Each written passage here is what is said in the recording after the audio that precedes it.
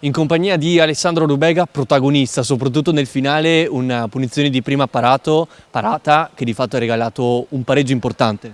Sì, noi portieri ci alleniamo comunque tutte le settimane per queste situazioni, chiaramente sono contentissimo, una punizione a 0 secondi non mi era mai capitata, l'emozione non la so descrivere, sono contento. Comunque se siamo arrivati al pareggio sicuro non è solo merito mio, ma è tutto il lavoro che abbiamo fatto e anche alla squadra, quindi un merito è un po' di tutti, non solo mio. Sicuramente un Tristino un po' dai due volti in questa gara, primo tempo in cui il Tiene ha avuto la superiorità nel possesso palla, poi secondo tempo in cui siete entrati con un altro piglio e avete recuperato 3 gol.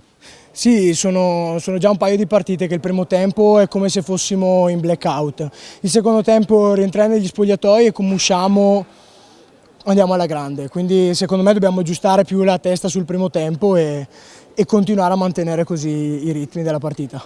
Giusto una curiosità, cosa vi dice il mister Boscaro per farvi accendere quella scintilla in spogliatoio?